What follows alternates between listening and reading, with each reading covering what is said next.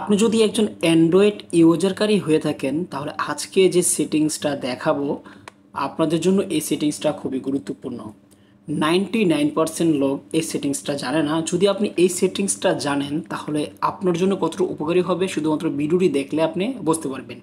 কথা না বাড়িয়ে চলুন শুরু করা যাক আজকের ভিডিওটি। আমরা প্রথমে সেটিংসে চলে যাব। সেটিংসে আসার পর আপনার সামনে এরকম একটা ইন্টারফেস চলে আসবেন একদম নিচে।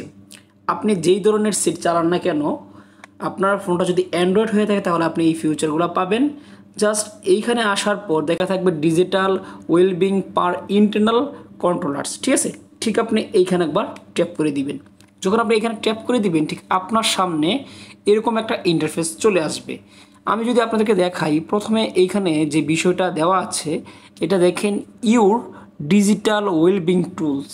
দেখেন 12 ঘন্টা 13 মিনিট আগে আমি কি কি ইউজ করছি সব কিছু আমি এখানে দেখতে পারবো। এখানে দেখেন আদার্স রয়েছে, লাইট রয়েছে, ইমো রয়েছে, ইউটিউব রয়েছে, গুগল রয়েছে। আমি এই 12 ঘন্টার ভিতরে আমি এগুলো ইউজ করছি এবং এই 12 ঘন্টার ভিতরে আমি কোনগুলো আনলক করছি দেখেন 29টা সফটওয়্যার আনলক করছি। এখানে আমার নোটিফিকেশন আসছে 417টা। আমি যদি এটা ভিউতে ট্যাপ করে দিই তাহলে দেখেন আমার এই soft light, InShot, CapCut, pixel lab এই ধরনের সফটওয়্যারগুলো আমি ওপেন করছি, শো হয়ে গেছে এবং এইখানে কিন্তু ডেটটা দেওয়া আছে। এখন আপনার ফোন যদি কোনো এক ব্যক্তি, আপনার ফ্রেন্ড সার্কেল ধরেন বা কোনো এক ব্যক্তি যদি ইউজ করে সে কি কি ব্রাউজ করলো আপনি এইখান থেকে সরাসরি দেখতে পারবেন। এইখানে উপরে দেখেন আরেকটা অপশন রয়েছে সিন টাইম নামে।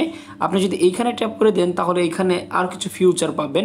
এখানে নোটিফিকেশন দেখতে পারবেন, টাইম ওপেনেট দেখতে পারবেন যে কোন টাইমে এগুলো ওপেন করছে। আশা করি এই বিষয়টা আপনারা বুঝতে পারছেন। চলে আসলাম এখানে, দেখেন আরও কিছু অপশন শো হয়েছে, অ্যাপস লিমিটেডস এবং নিচে দেখেন এখানে রয়েছে বিট টাইম মোড এবং রয়েছে ফোকাস মোড। নিচে আসলে এখানে manage notification, do not disturb, এগুলো আপনি এখান থেকে দেখতে পারবেন। বন্ধুরা এই ছিল আজকে ভিডিও। জানা কেমন লাগলো, যদি ভালো লাগে থাকে অবশ্যই লাইক কমেন্ট শেয়ার করে সব ভালো থাকবেন। খোদা হাফেজ।